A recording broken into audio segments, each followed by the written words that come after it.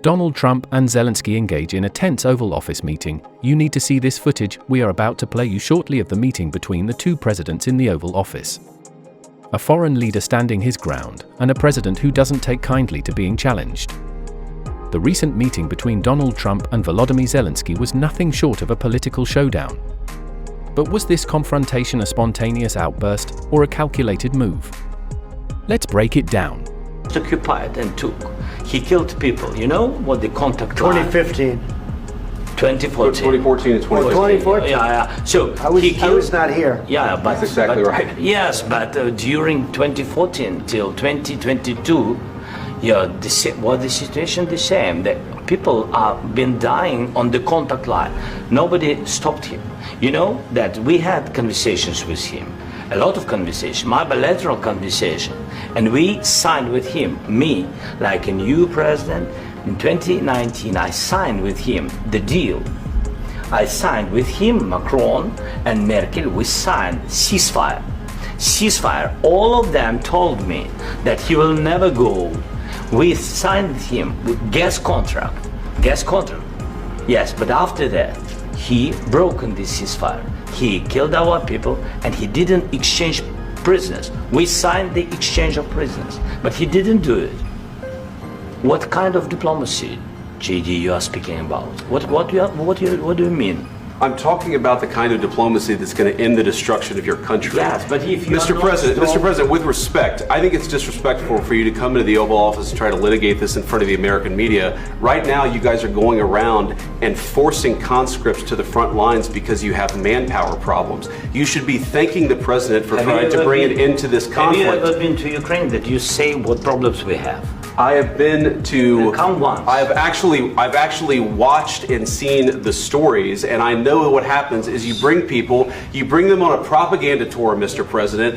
Do you disagree that you've had problems bringing people into your military? And do you think that it's respectful to come to the Oval Office of the United States of America and attack the administration that is trying to prevent the destruction of your country? A lot of questions. Let's start from the beginning. Sure. First of all, during the war, everybody has problems, even you, but you have nice ocean and don't feel now, but you will feel it in the future. God bless. You don't know that. God bless. God bless. You will not have a war. Don't tell us what we're going to feel. We're trying to solve a problem. Don't tell us what we're going to feel. I'm not telling you. Because you're in no position to dictate that. That's exactly what you're doing. You're in no position to dictate what we're going to feel. We're going to feel very good. You will feel influenced. We're going to feel very good and very strong. You will feel influenced. You're right now not in a very good position. You've allowed yourself to be in a very bad position, and he happens to be right about it. From the very beginning of the war. You're not in a good position. You don't have the cards right now. With us, you start having cards. Right now, you don't. You're playing cards. You're playing cards. You're gambling with the lives of millions of people. You're gambling with World War III. You're gambling with World War III. And what you're doing is very disrespectful to the country, this country, that's backed you far more than a lot of people said they should have. Have you said thank you once? This a lot entire of meeting? times. No, in this entire meeting, have you said thank you? Today. You went to Pennsylvania and campaigned for the opposition in October. Offer some words of appreciation for the United States of America and the president who's trying to save your country. Please, you think that if you will speak very loudly about the war, He's not speaking loudly. He's not speaking loudly. Your country's in big trouble. Can I Wait a answer? minute. No. You've done a lot of talking. Your country is in big trouble. I know. You're not winning. I know. You're not winning this. You have a damn good chance of coming out okay because of us. Mr. President, we are staying in our country, staying strong from the very beginning of the war. We've been alone, and we are thankful. I said thanks you haven't in been this alone. cabinet, you and haven't not been only alone. in this cabinet. We gave you, through this stupid president, $350 billion.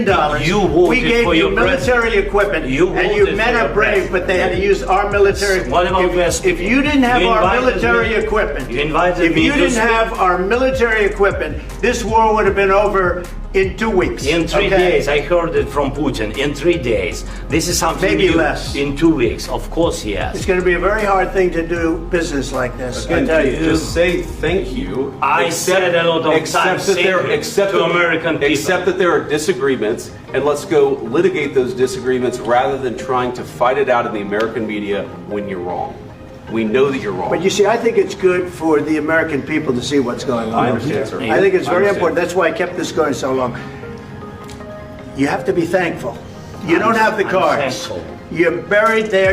Your people are dying. You're running low on soldiers. Listen, you're running low on soldiers. It would be a damn good thing. And then you tell us, I don't want a ceasefire. I don't want a ceasefire. I want to go and I want this. Look. If you could get a ceasefire right now, I tell you, you take it so the bullets stop flying and your men stop getting killed. Of course, we want to stop the war. But you're saying you don't want a ceasefire. But I said to you, I want a ceasefire. With guarantees. Because you'll get a ceasefire faster than an agreement. Ask our people about ceasefire, what they think. That wasn't with me. For you what that wasn't with me. That was with a guy named Biden who was not a smart person. That was with Obama. It was your president. Excuse me. That was with Obama, who gave you sheets, and I gave you javelins. Yes. I gave you the javelins to take out all those tanks. Obama gave you sheets. In fact, the statement is Obama gave sheets and Trump gave javelins.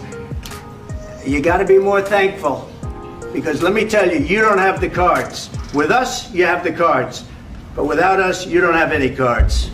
Just hours before the meeting, Senator Lindsey Graham had a message for Zelensky: don't take the bait. The Ukrainian leader was walking into a lion's den where he was expected to show gratitude for US involvement in Ukraine's war against Russia. But Zelensky had his own agenda, securing future commitments for Ukraine's defense. And that's where things got heated. Sources reveal that Trump expected more praise for his efforts to end the war. Instead, Zelensky pressed for guarantees to protect Ukraine from future Russian aggression.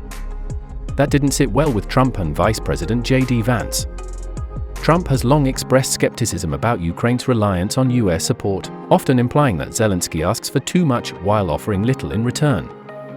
The mineral rights deal, one that Trump saw as a win for America, was supposed to be signed that day. But when Zelensky refused to play along, things went off script. Then came the public showdown. With reporters in the room, the tension boiled over. Trump corrected Zelensky on the timeline of Russia's annexation of Crimea, except he got the year wrong. When Zelensky pointed it out, Trump and Vance saw it as an insult. What followed was a fiery exchange, with Trump accusing Zelensky of gambling with World War III. Zelensky didn't back down. You have a nice ocean and don't feel it now, but you will in the future, he warned. A statement meant to highlight the global stakes of Ukraine's war. But for Trump, it was the last straw. He abruptly ended the meeting, telling reporters it would make for great television. With the meeting over, tensions lingered. The planned signing ceremony was cancelled. The joint lunch? Also cancelled. Instead, Trump dined with his own team, turning what was supposed to be a diplomatic moment into a personal victory lap. Back in Washington, the Republican response was swift. Senator Lindsey Graham, once a vocal supporter of Ukraine, suggested Zelensky should resign and send someone we can do business with. The message was clear: Trump's grip on the GOP was stronger than ever. That evening, Zelensky appeared on Fox News, offering no apologies. "I think we have to be open and honest," he said. But behind the scenes, Ukrainian officials worried about what this meant for future support. Without US backing, Ukraine faces an uphill battle against Russia's continued aggression. So, what does this mean for the future of US-Ukraine relations? Will Trump's stance reshape global alliances? And was this meeting a diplomatic disaster or a strategic move? One thing is certain: the world was watching, and the stakes couldn't be higher. What are you saying? She's asking, what if Russia breaks the ceasefire? What if anything? What if a bomb drops on your head right now? Okay? What if they broke it? I don't know. They broke it with Biden because Biden, they didn't respect him. They didn't respect Obama. They respect me.